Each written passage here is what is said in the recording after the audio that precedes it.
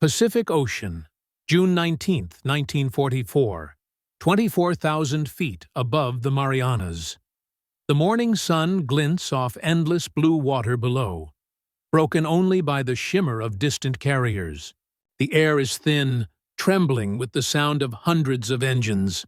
A formation of Mitsubishi Zeros cuts through the sky, their wings sleek and confident.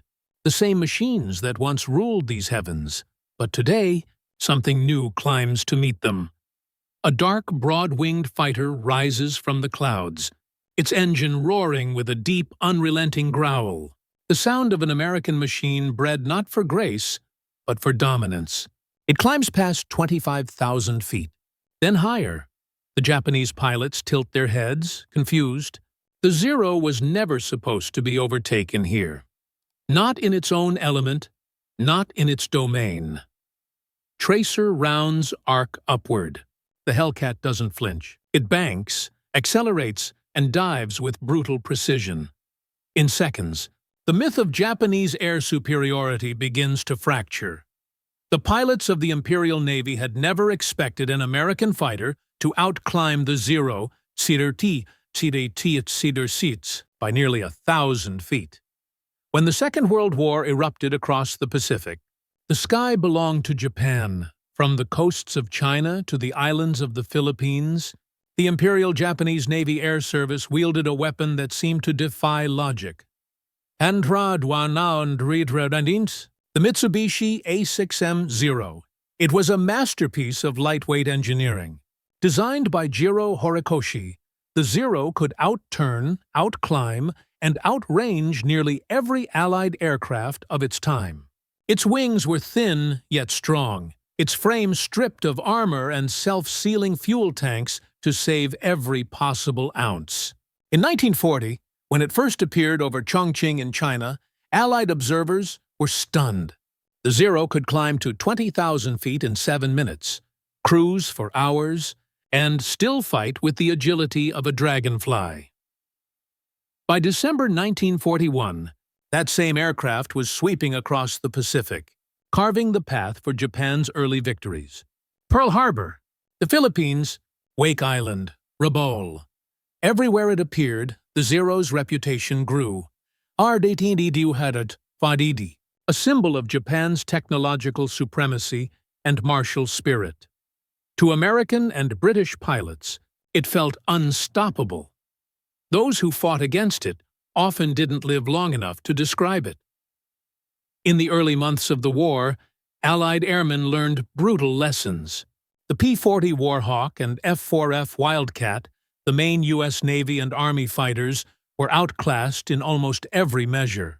The Zero could climb faster, turn tighter, and outpace them at medium altitude. Dogfights were decided in seconds. Reports from the Philippines and the Coral Sea told the same story. Allied pilots could barely get a shot before finding tracers slicing past their cockpits. In one encounter over the Dutch East Indies, an American pilot described the Zero as a ghost with wings. It could appear behind you almost instantly, twisting through the sky with unnatural grace. But that grace had a hidden cost. To achieve its legendary maneuverability, the Zero was built with extreme weight savings. No armor plate behind the pilot, no protection for its fuel tanks. It was a dancer with glass bones. One bullet through the fuselage could ignite the entire aircraft.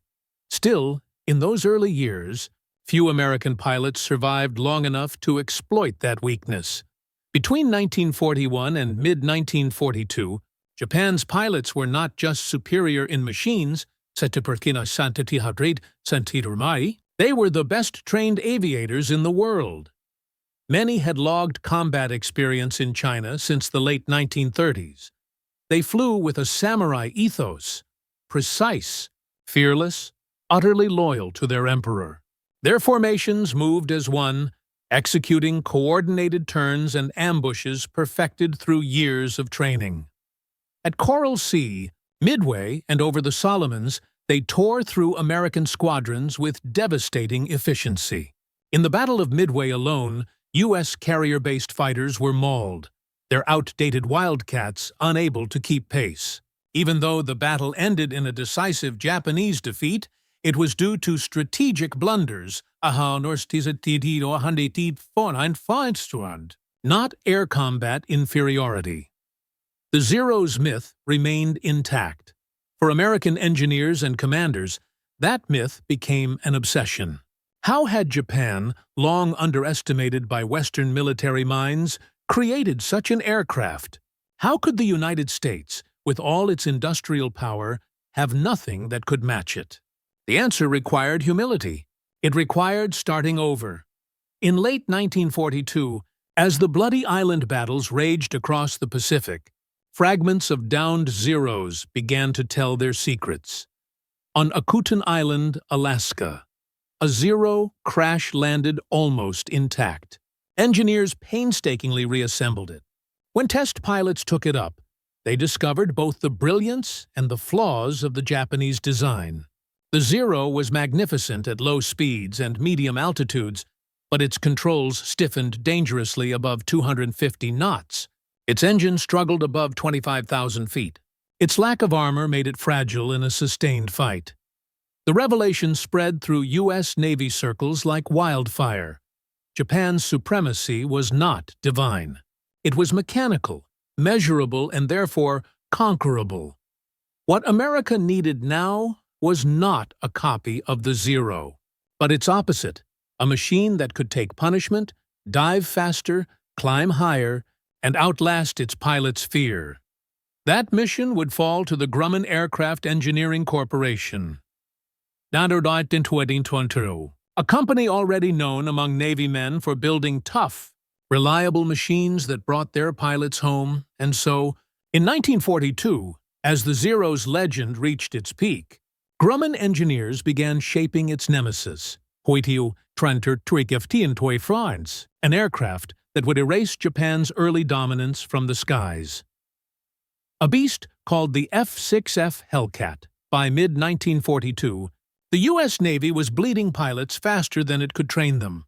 The Zero's dominance had become a nightmare. In every theater, from Guadalcanal to New Guinea,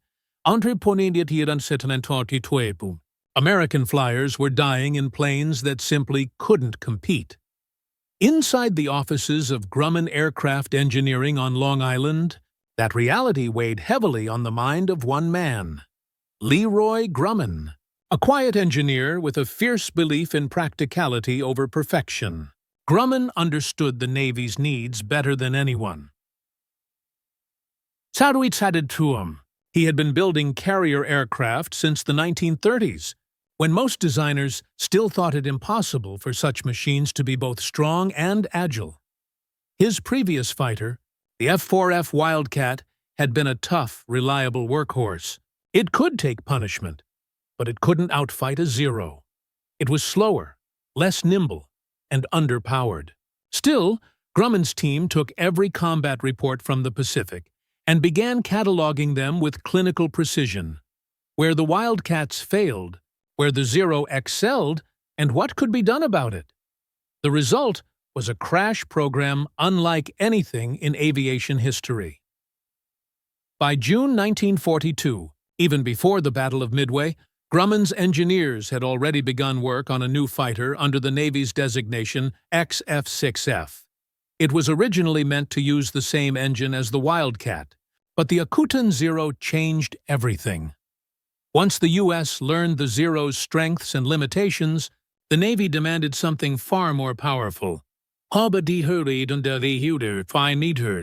aircraft that could climb higher, dive faster, and survive hits that would tear a Zero apart. Grumman responded by redesigning the airframe entirely around a new engine, the Pratt & Whitney R2800 Double Wasp, IHD-TT Pontit, an 18-cylinder radial monster capable of producing over 2,000 horsepower. It was the same engine later used in the P-47 Thunderbolt and F-4U Corsair, but in the Hellcat, it would reach a new level of refinement. This decision transformed the Hellcat from an incremental upgrade into a new species of warplane, while Japan's aviation industry relied on limited materials and pre-war craftsmanship. Grumman's design team leaned on America's vast industrial backbone. Every panel, rivet, and hydraulic line was engineered for speed of production and ease of repair. The Hellcat was not delicate. It was forged. Its landing gear was massive, built to absorb brutal carrier deck impacts. Its canopy offered wide visibility. Its fuselage was lined with armor. Even its fuel tanks were self-sealing, drastically reducing fire risk. Pilots would later joke that the Hellcat could bring you home on half a wing and one prayer. To Grumman's engineers, that wasn't a joke. It was the mission. They built the Hellcat with one overriding principle: the pilot must live to fight another day. In June 1942, the prototype XF6F1 took to the air for the first time. It was a solid performer, but Grumman wasn't satisfied. They swapped out its right engine for the more powerful Pratt & Whitney, and on July 30, 1942, the new XF6F3 Hellcat made its maiden flight. Test pilots immediately noticed the difference. The aircraft climbed like a rocket, handled predictably at high speeds, and didn't lose control during dives. It could outclimb the Zero by nearly 1,000 feet, outperform it at altitude, and still take more damage than any Japanese fighter could withstand. The U.S. Navy, desperate for a new frontline fighter, approved production within weeks. Grumman's factory workers, many of them women newly employed in wartime industry, began producing Hellcats at staggering speed. By 1943, one rolled off the line every 63 minutes. The fighter was built not just by engineers, but by a nation determined to reclaim the skies. Meanwhile, Japan was trapped in the illusion of its early success. The Imperial Navy had no replacement for the Zero ready. Its industrial resources were stretched thin, its aluminum supplies dwindling. Horikoshi's team worked desperately on improved versions, but Japan's bureaucratic delays and material shortages crippled progress. While American factories thundered day and night, Japan's aircraft plants struggled under Allied bombing and logistical collapse. By the time the Hellcat reached the front lines in early 1943, the war in the Pacific was beginning to shift. U.S. Navy pilots trained under new tactics: boom and zoom instead of turning duels, team coordination instead of solo heroics. They flew with the knowledge that their machines could finally match, even exceed, those of their enemy. The first Hellcats entered combat from carriers like USS Essex and USS Yorktown, CV-10, meeting the Zero head-on across the Solomon Islands and the Central Pacific. For the first time since Pearl Harbor, Japanese pilots were shocked. Their once invincible aircraft now faced an opponent that could climb past them, dive away at will, and take hits without bursting into flame. The legend of the Zero had met its reckoning. As dawn rose over the Pacific in 1943, the stage was set for one of the greatest reversals in aerial warfare. The hunter had become the hunted, and the world was about to witness how the Hellcat would change the balance of the skies forever. When the Hellcat first appeared over the Pacific in 1943, the psychological battlefield shifted as dramatically as the physical one. For nearly 2 years, Japanese pilots had looked down literally and figuratively on their American counterparts. They had grown used to watching enemy fighters spiral into the sea, their victories almost ritualistic. Each engagement reinforced a belief: the Zero was untouchable, and the Imperial pilots were the heirs of heaven's favor. But that belief began to crack the first time a Hellcat stayed in the fight. In encounters over the Solomon Islands, Japanese aviators watched their bullets tear into an American plane, only for it to keep flying. The Hellcat's armor shrugged off small-caliber hits. Its engine refused to die. Pilots like Lieutenant Alexander Vraciu and Butch O'Hare brought their aircraft home riddled with holes, machines that looked more like ghosts than airplanes. Yet they landed. They lived. The Zero, by contrast, was a coffin lined in aluminum. This new reality began to erode Japanese morale. The sky was no longer a stage for graceful duels. It had become a brutal arena where survival mattered more than elegance. The Hellcat's pilots understood that. They weren't trained to dance. They were trained to win. U.S. Navy training evolved with equal ferocity. Gone were the romantic notions of dogfighting, tight spirals and looping chases. In their place came tactical discipline, driven by the lessons of the Outclimb Zero tests and the experience of combat veterans. Every pilot learned one cardinal rule: never turn with a zero. Instead, they used the Hellcat's superior climb rate and dive speed to dictate the terms of engagement.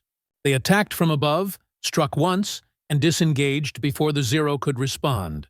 This was the doctrine of boom and zoom. It turned the Zero's greatest strength, its agility, into a weakness. When forced to climb steeply or dive to pursue, the Japanese fighters bled energy quickly, their lightweight frames struggling to maintain speed or stability. The Hellcat, heavy but powerful, could simply pull away. In combat reports from 1943 onward, U.S. pilots described these tactics with surgical calm.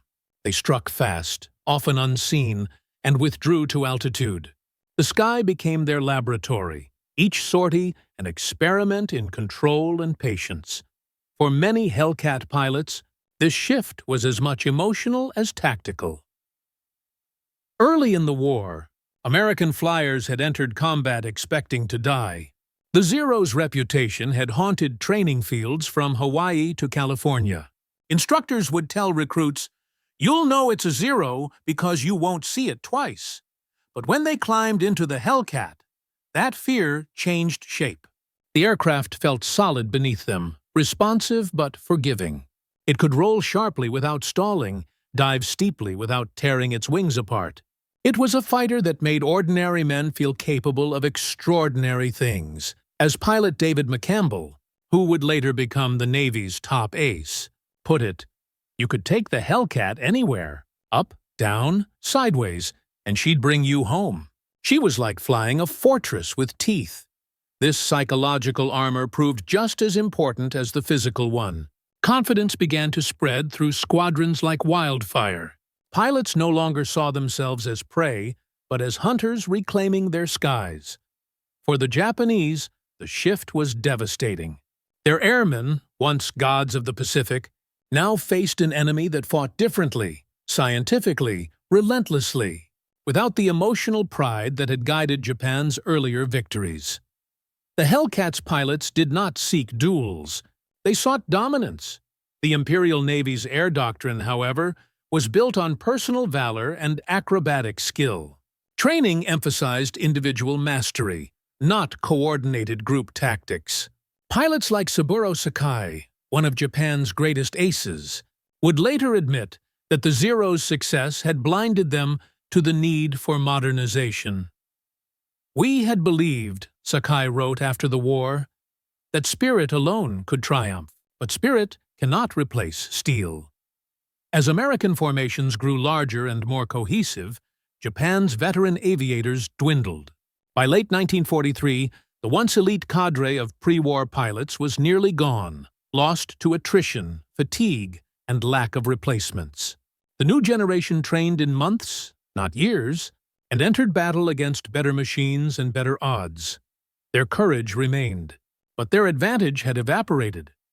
The battle between the Hellcat and the Zero was not just mechanical, it was philosophical. It represented two visions of warfare colliding at 20,000 feet. The Japanese clung to the ideal of the warrior: precision, sacrifice, and mastery of flight as an art form. The Americans embraced war as an industrial process, a fusion of engineering, strategy, and mass production. One side sought perfection in the individual, the other sought efficiency in the system. and in the skies above the Pacific, efficiency was beginning to win. By early 1944, Hellcat squadrons had rewritten the rhythm of air combat. No longer were battles a chaotic dance of twisting planes. They became orchestrated assaults, waves of coordinated strikes guided by radar, intelligence, and communication. Every Hellcat carried not only guns, but data. Radio coordination from carriers, radar vectors from destroyers, altitude orders from command centers. The Japanese, bound to visual spotting and instinct, were fighting blind. This was the new war.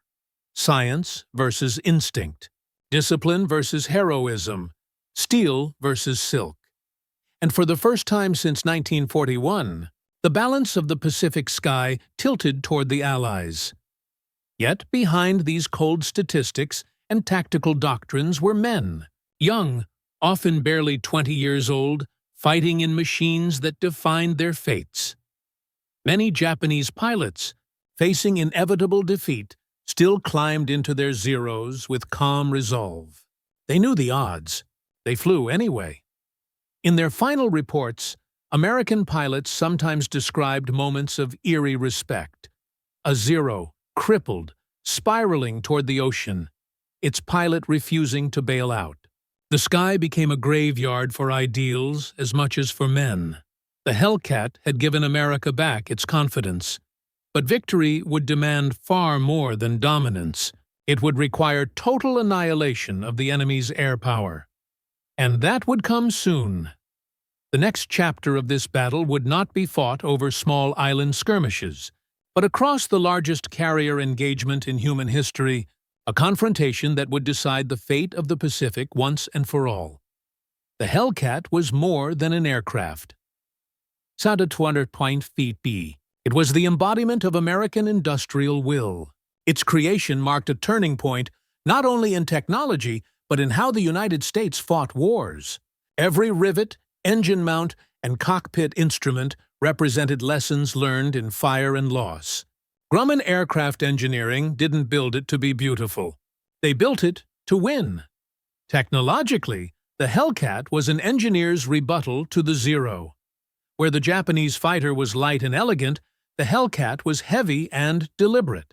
Its design philosophy reversed every principle of the A6M. Instead of sacrificing protection for speed, it embraced strength as the path to survival. Its armor plating could stop 7.7mm rounds that shredded Zeros. Its self-sealing fuel tanks prevented the infernos that had killed so many Wildcat pilots. The R-2800 double Wasp engine gave it brutal thrust, and when combined with a large propeller, it could climb nearly 1,000 feet higher than the Zero before losing power. This altitude advantage meant that the Hellcat often began each battle already in control. Looking down on its enemy. The Hellcat's weapons matched its power. 650 caliber Browning machine guns lined the wings, each capable of firing over 800 rounds per minute. Together, they unleashed a storm of lead that could tear apart even the most agile opponents. In contrast, the Zero's lighter 7.7mm and 20mm armament often jammed or failed to inflict decisive damage against armored American planes. It was a duel between a scalpel and a hammer, and the hammer was learning precision. But what made the Hellcat truly deadly was not only its machinery, it was how America built it. Grumman's Bethpage factory became a marvel of wartime efficiency. Thousands of workers, engineers, welders, secretaries, and newly hired women worked in synchronized shifts around the clock. The factory floor was an assembly ballet of roaring engines, glowing rivets, and the hiss of compressors. They called it the Iron Works, a name that reflected both its resilience and the spirit of those who labored within. Unlike Japan, where skilled craftsmen hand-fitted aircraft components, the United States industrialized its aviation production. The Hellcat was designed for mass manufacture. Every part could be replaced quickly. Every panel could be unscrewed and repaired by sailors aboard carriers. This modularity turned the Hellcat into a logistical triumph, a machine not just of combat, but of continuity. Even when aircraft were damaged, the Navy could have them flying again in hours instead of weeks. Leadership amplified these advantages. Admirals like Chester Nimitz and Raymond Spruance understood that air superiority was no longer a luxury. It was the cornerstone of naval warfare. The era of battleships was fading. The aircraft carrier was now the spearhead of strategy, and the Hellcat was its sharpened tip. Nimitz demanded constant innovation and coordination between industry and fleet. Engineers weren't working in isolation. They were in direct communication with combat pilots who reported every flaw and need from the front lines. This feedback loop was revolutionary. The Hellcat evolved through real battle data, something the Japanese could no longer afford. By 1943, Japan's air fleet was declining faster than it could adapt. Its pilots still relied on outdated tactics. Its factories lacked materials, and its leadership was divided between pride and pragmatism. While Japanese designers dreamed of successors like the A7M Reppu, their blueprints never made it beyond prototypes. The Imperial Navy simply couldn't match America's industrial rhythm. Meanwhile, in the United States, Grumman's engineers kept refining. They installed better visibility canopies, improved control surfaces, and adapted the airframe for new roles: night fighting, bombing, reconnaissance. Each iteration made the Hellcat more versatile, more lethal, and more integrated into the Navy's grand design. Perhaps the most overlooked factor in the Hellcat's success was training. American naval aviators were no longer improvising in the skies. The Navy had built an extensive network of training schools: Pensacola, Corpus Christi, and Jacksonville, where pilots learned coordinated air combat under simulated carrier conditions. They practiced dive recoveries, radar intercepts, and gunnery accuracy. By the time they reached the Pacific, they were no longer rookies. They were products of a disciplined machine. In contrast, Japan's pilot training had collapsed. Its early war aces, the elite men who had once flown since China, were mostly dead by 1943. Their replacements received minimal instruction, often just a few dozen flight hours before being sent into battle. The Zero that once symbolized mastery was now being flown by men barely prepared to control it. The war had outpaced Japan's ability to sustain its myth. By 1944, the gap was no longer technological. It was existential. The Hellcat represented not just a better fighter, but an entire system that could produce victory at scale. It wasn't the fastest, nor the sleekest, but it was relentless, just like the nation that built it. When the Hellcat squadrons launched from U.S. carriers, they carried with them the full weight of American industry and coordination.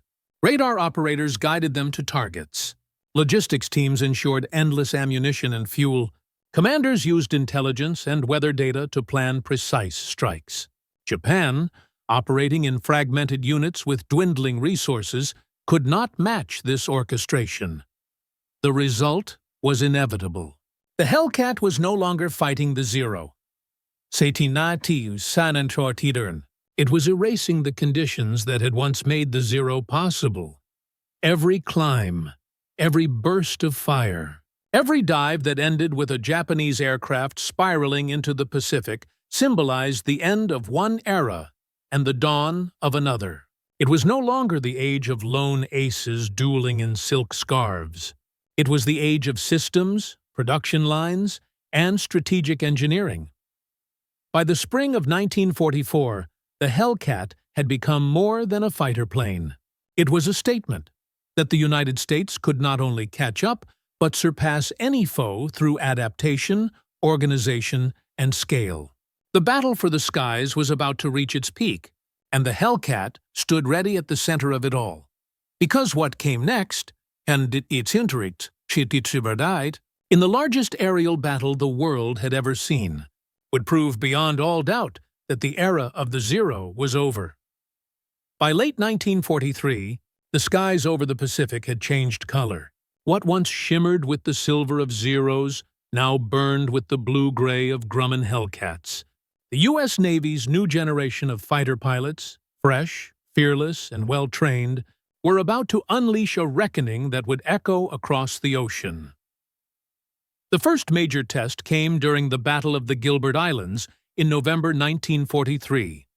Operation Galvanic was underway, an amphibious assault on the Japanese stronghold of Tarawa. The stakes were enormous. The American fleet was pushing deep into Japanese-held territory, and air superiority was the lifeline of the invasion. From the decks of carriers like USS Essex and USS Bunker Hill, the F6F Hellcat roared into action. Its massive engine bellowed as the planes lifted off, wings flexing under the tropical sun. Above the islands, Japanese defenders scrambled their Zeros to intercept. The sky erupted in motion, spirals, dives, flashes of gunfire. But something was different this time. The Americans were no longer being hunted. Hellcat squadrons attacked with surgical discipline. They climbed above the Japanese formation, dove in pairs, fired short bursts, and pulled away before the Zeros could react. This was not the chaotic dogfighting of 1942. This was a coordinated assault, executed with cold precision. One Hellcat pilot later recalled the astonishment in his voice. "They tried to turn with us, but we were already gone. They climbed, and we just climbed higher. For the first time, we had control of the fight." By the end of the battle, over 300 Japanese aircraft had been destroyed across the Gilbert and Marshall Islands campaign, most by Hellcats. American losses were a fraction of that number. The myth of the Zero's supremacy was dying, not in one dramatic explosion, but in a relentless erosion of advantage. Every engagement now told the same story. In the Solomon Islands, Hellcats encountered veteran Japanese squadrons who still clung to old tactics. They tried to lure Americans into turning contests, the arena where the Zero once danced effortlessly. But the Hellcats refused. Instead, they zoomed upward, diving in from altitude, smashing their targets, and climbing back into the clouds before the Zeros could follow. It was mechanical dominance expressed as strategy.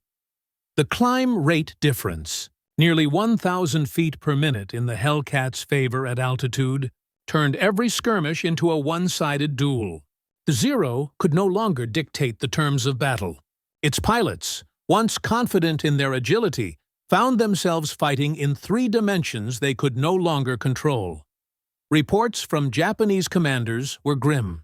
One message intercepted in early 1944 read, "Enemy aircraft are faster, stronger, and climb better. Our losses are unsustainable. Recommend urgent replacement of A6M fighters." But no replacement would come in time. Among the Hellcat squadrons, the transformation was complete. The fear that once haunted U.S. airmen had turned into ruthless efficiency. Pilots like Lieutenant David McCampbell, Lieutenant Alex Vratsiu, and Ensign Wilmer Rowe began racking up victory counts once thought impossible. McCampbell would go on to claim 34 aerial kills, earning the Medal of Honor. These weren't just victories of individuals, they were victories of system and design. The Navy had learned that a confident pilot in a reliable aircraft was worth more than any mystique of invincibility. Hellcats returned to their carriers riddled with holes, oil leaking, wings scarred. Mechanics patched them overnight, fueled them, and by morning they were back in the air. Each sortie was a statement. America could replace machines faster than Japan could replace men. By early 1944, the Japanese command began to realize the magnitude of what they faced. The once feared Zero was now outdated, a relic of early war brilliance trapped in a mid-war catastrophe. Japan's industrial base, stretched thin by years of expansion and Allied bombing, couldn't keep up. Even worse, its new pilots were being fed into combat with barely 100 hours of training, compared to nearly 400 hours for U.S. Navy aviators. The result was slaughter. In March 1944, During the Battle of the Philippine Sea's prelude operations, Hellcats decimated Japanese aircraft defending Truk Lagoon, the so-called Gibraltar of the Pacific. In a series of raids dubbed Operation Hailstone, the U.S. Navy unleashed waves of Hellcats that swept away resistance. Over 250 Japanese aircraft were destroyed in 2 days, along with a significant portion of the Imperial Navy's shipping and fuel reserves. When the smoke cleared, the once mighty Truk was nothing but a graveyard of ships and twisted metal. The Japanese had lost their Central Pacific stronghold, and with it, their ability to project air power. The Hellcat had done more than win battles. It had rewritten the rules of aerial warfare. Its combination of power, protection, and range allowed the U.S. Navy to strike farther and harder than ever before. Carrier task forces could now operate deep inside enemy territory without fear of air assault. The Hellcat's dominance meant that every invasion, every amphibious landing, began under a protective shield of American fighters. But despite these overwhelming advantages, the decisive confrontation was still to come, a clash that would define the Pacific Air War. By the summer of 1944, the Japanese fleet was preparing a desperate gamble. Operation Ago, a massive counteroffensive meant to annihilate the American fleet near the Marianas Islands. It would be the largest carrier battle in history, the final stand of the Zero. Thousands of miles from Tokyo, over the vast blue expanse of the Philippine Sea, the stage was set. The Hellcats would meet the Zeros one last time, not as rivals, but as executioners of an era. And in that clash, the skies would become a slaughterhouse. June 19, 1944. The Philippine Sea. The ocean below shimmered like molten glass, stretching endlessly between the Mariana Islands and the distant horizon. Above it, a storm of metal was gathering. Nearly 1,000 aircraft preparing to decide the fate of the Pacific War. For Japan, it was supposed to be salvation. For America, it became a massacre. Operation Ago was Admiral Jisaburo Ozawa's final gamble. His plan?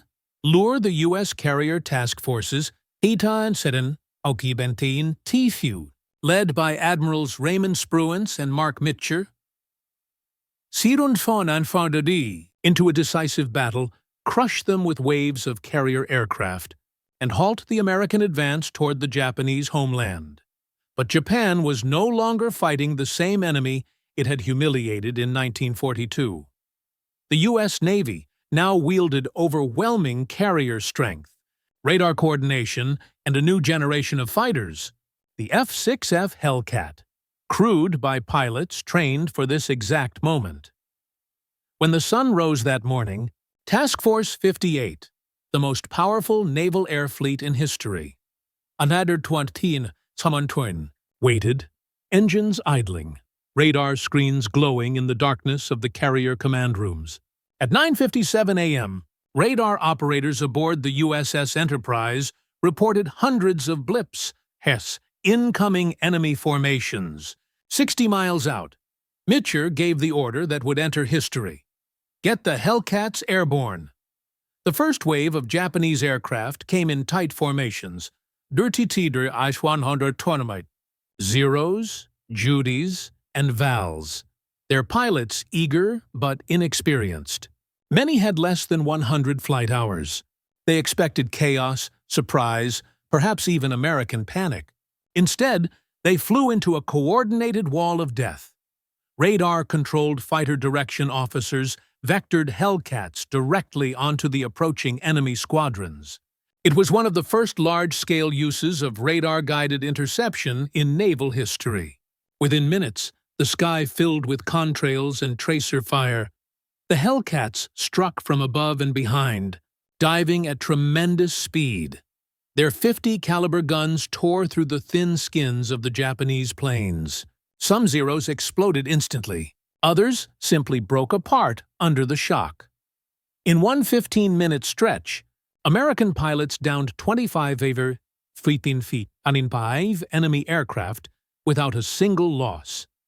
Lieutenant Alex Vratsiu, flying off the USS Lexington, intercepted a formation of dive bombers. He downed 6 in 8 minutes, running out of ammunition mid-dogfight. When he landed, his gun barrels were smoking white-hot. Below, carrier crews cheered as crippled Japanese planes spiraled into the sea. The legend of the Zero was dying before their eyes. Wave after wave followed. By noon, 4 separate Japanese air groups had attacked, and each had been annihilated before reaching the American fleet. Out of 373 aircraft launched, more than 240 were destroyed. Only a handful managed to inflict minor damage on a few U.S. ships.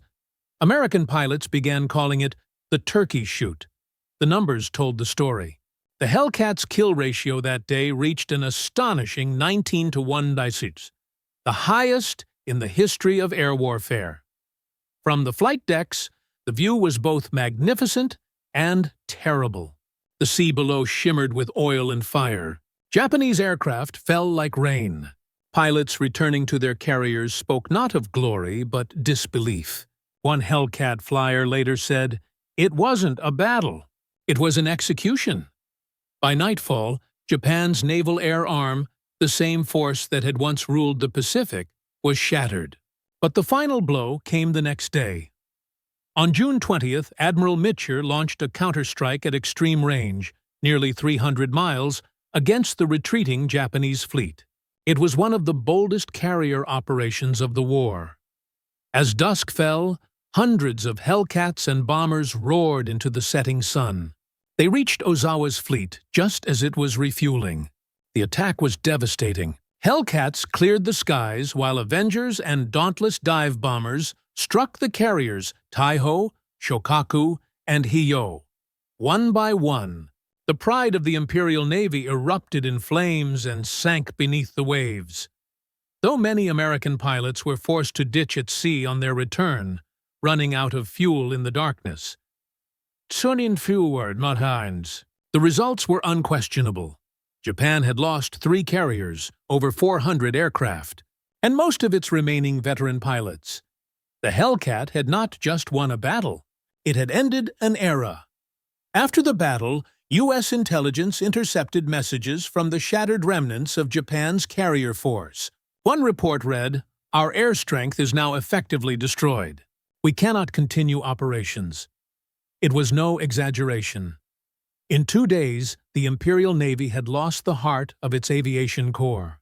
The men who had trained since the 1930s, who had once carried Japan's hopes across the Pacific, were gone, replaced by empty decks and silence. The Zero, that once graceful predator of the early war, was now outdated and outmatched. Its time had passed. The Hellcat, forged in urgency and tempered in blood, had brought it to extinction. When the American fleet sailed away from the Philippine Sea, it left behind more than burning wrecks. It left behind the ghost of Japan's aerial supremacy. From that point forward, the Pacific sky belonged to the U.S. Navy. For the Hellcat pilots, the Great Marianas Turkey Shoot was both triumph and tragedy. The moment they realized they were not just fighting enemies, but ending a generation of men raised to die for an empire. As the carriers turned eastward, the ocean below glowed faintly with burning oil. The Hellcats returned to their decks, their fuselages scorched, their guns nearly empty. Above them, the sky was clear. The war in the air, once uncertain, once desperate, was now decisively won. But for the men on both sides, the cost of that victory would echo long after the engines fell silent. In the aftermath of the Great Marianas Turkey Shoot, the Pacific Ocean seemed quieter. The thunder of Japanese squadrons that once swept across its skies had faded into history. What remained was the steady, disciplined hum of American air power, a machine that no longer feared the enemy but moved methodically toward victory. The numbers told a story almost beyond comprehension. Between 1943 and 1945, the Grumman F6F Hellcat destroyed 5,223 enemy aircraft, accounting for nearly 75% of all aerial victories achieved by the U.S. Navy during World War II.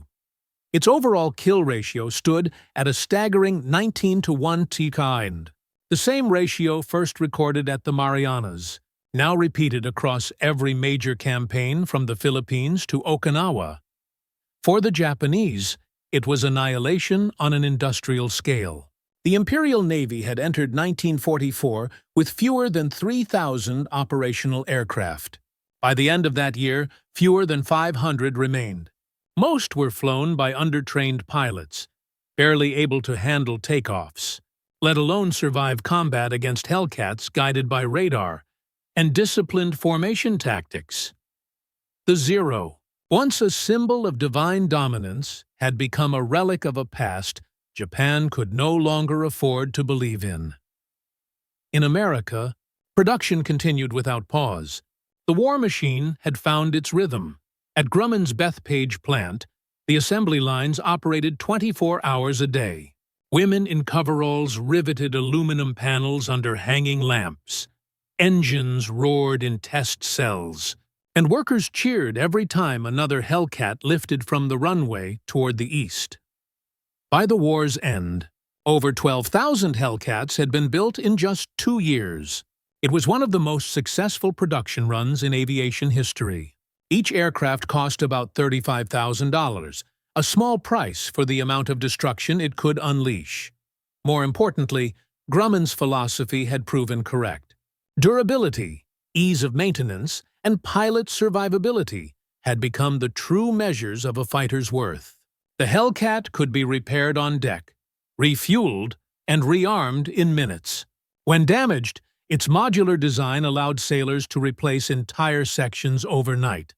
In contrast, Japan's increasingly fragile aircraft, built with inferior alloys and stripped of protection to save scarce materials, were practically disposable. A single hit often meant fire, and fire meant death. For the men who flew the Hellcat, the war had taken on a different texture. They were no longer fighting for survival. They were fighting to finish the job. Every mission brought them deeper into enemy territory. Closer to Japan itself, by late 1944, the Hellcat had become the spearhead of American offensives across the Pacific. Over the Philippines, they swept enemy aircraft from the skies during the Battle of Leyte Gulf, ensuring the safety of U.S. fleets below. Over Iwo Jima, they escorted bombers, strafed ground positions, and intercepted kamikazes before they could reach the beaches. And by the time the U.S. fleet closed in on Okinawa, the Hellcat's dominance was total. But victory carried a heavy burden. For many Japanese pilots, the humiliation of losing the air war transformed into desperation. The Imperial Command, stripped of experienced aviators, turned to a final weapon, the kamikaze. Pilots were ordered to crash their planes into American ships, sacrificing themselves for the Emperor. In this grim phase of the war, even the Hellcat's might couldn't prevent all losses. Dozens of kamikaze attacks slipped through defenses, destroying carriers and killing thousands of sailors. The sky, though still American, had become a place of tragedy as much as triumph. Yet, through it all, the Hellcat endured. It remained the shield over every invasion fleet, the sword that cleared the way for bombers, and the final word in air combat technology for its time. When the war began, Japan's Zero symbolized the perfect fusion of man and machine, a spiritual ideal of flight. When the war ended, the Hellcat symbolized something entirely different: the triumph of reason, design, and relentless adaptation. And as the carriers sailed ever closer to the Japanese homeland, the world understood that the era of romantic air duels had ended. The skies now belonged to industry, not mysticism, to endurance, not myth. The Hellcat had not just defeated Japan's aircraft. It had defeated the very idea that faith alone could overcome machinery. By the beginning of 1945, Japan's empire was collapsing, and the Hellcat had become one of the instruments driving it down. The once vast perimeter of the Imperial Navy, stretching from Burma to the Solomons, was shrinking under the relentless advance of carrier task forces. Each step closer to Tokyo was paved by air superiority, and every inch of that dominance was held by the Hellcat. The United States had achieved something Japan never could: complete control of the Pacific skies. Carrier groups, once vulnerable to surprise attacks, now sailed with near impunity. Air raids struck Japanese bases daily. Naval convoys moved unchallenged. The balance of war had reversed entirely. Japan was on the defensive, reacting instead of striking. Hellcat squadrons were now everywhere. Over the Philippines, they shredded the remnants of Japan's first air fleet. Over Formosa, they destroyed hundreds of aircraft on the ground. By the time the U.S. Navy reached Okinawa, Japan's pilots no longer dared to engage directly. The Hellcat had turned the skies into a no-fly zone for the rising sun. In the words of Admiral Mark Mitcher, the Hellcat did not win air battles. It ended them. But beyond statistics and victories, the Hellcat's true impact was strategic and psychological. First, it freed the U.S. Navy from fear. In 1942, carrier commanders had been cautious, terrified of losing their limited fighter cover. By 1944, confidence had returned. Task Force 58 could strike anywhere, anytime, because the Hellcat guaranteed air dominance. This allowed the U.S. to accelerate its island-hopping campaign, bypassing heavily fortified bases and cutting off Japan's supply chains. Each new Hellcat sortie meant another Japanese island isolated, another convoy destroyed, another airfield erased. The weapon was not only physical but psychological, a machine that broke the enemy's spirit as much as their forces. Captured Japanese diaries reveal the despair. One pilot wrote, "Their planes climb like eagles. We rise to meet them and fall like stones." Another noted, "We go to die now. There is no more victory in the sky." The illusion of Japan's divine invincibility, so powerful in 1941, had evaporated under the mechanical roar of Grumman's fighter. The Hellcat also reshaped tactical doctrine for generations to come. Before it, air combat had been defined by agility and aerobatics. After it, by speed, altitude, and technology. Its success proved that survivability and power, not grace, decided modern wars. Future designs like the F-8F Bearcat and F-9F Panther would follow this philosophy, prioritizing protection, radar, and high performance over lightweight maneuverability. In the broader context of warfare, the Hellcat's triumph signaled the rise of industrial warfare at its peak efficiency. Every plane, bullet, and pilot was part of an integrated system, a war machine that no longer relied on individual brilliance but collective precision. This was the template that would carry the United States into the jet age, and later into the Cold War. For Japan, it was the beginning of the end. By mid-1945, its cities were under constant bombardment. Its airfields lay in ruins. Pilots trained for suicide rather than survival. When B-29 bombers began their raids over Tokyo, there were almost no fighters left to stop them. The skies that once belonged to the Zero now burned with American fire. And when the atomic bombs fell on Hiroshima and Nagasaki, Japan's defeat was sealed. But long before the mushroom clouds rose, the outcome had already been written in the contrails of the Hellcat. When the war ended, many of the men who had flown Hellcats were still in their early 20s.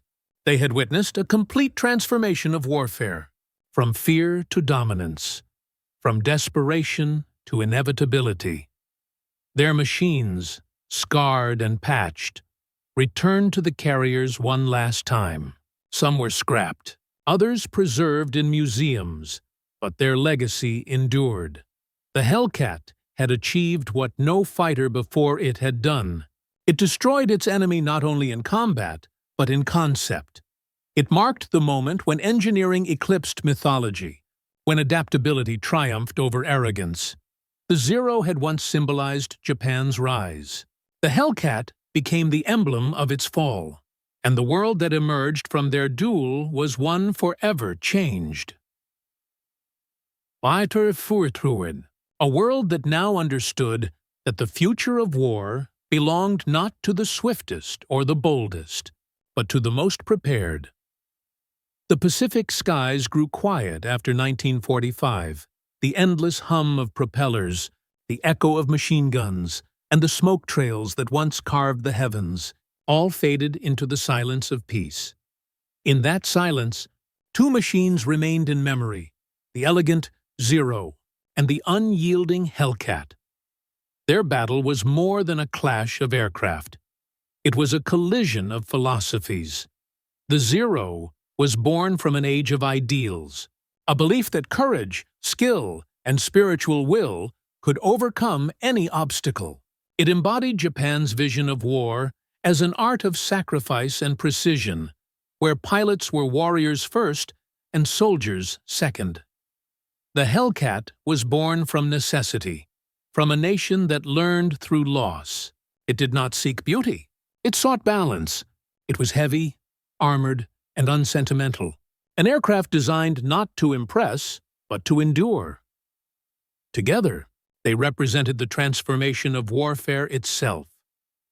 The Zero was the last breath of the old world. Man and machine as one, trusting instinct and valor. The Hellcat was the first roar of the new world. Industry, data, and engineering united under cold precision. Between them lay the moment humanity crossed a threshold, from courage to calculation, from individual skill to collective mastery. And yet, within both machines, there remained something human. Every pilot, Japanese or American, carried the same heartbeat, the same fear, the same thrill, the same quiet moments before the dive. When the Hellcat outclimbed the Zero, it was not just technology surpassing tradition. It was the story of how humanity adapts, how it survives by learning from its failures. In the decades that followed, the Hellcat faded into museums and documentaries, its wings still whispering of the skies it once ruled. The Zero, too, found its peace, no longer a symbol of empire, but of craftsmanship and daring. But somewhere, high above the Pacific, the ghosts of both still circle in the sunlight. Two machines locked forever in a duel that defined an era. One built on belief, the other on understanding. And in that balance between faith and reason, between beauty and strength, the history of modern warfare was born.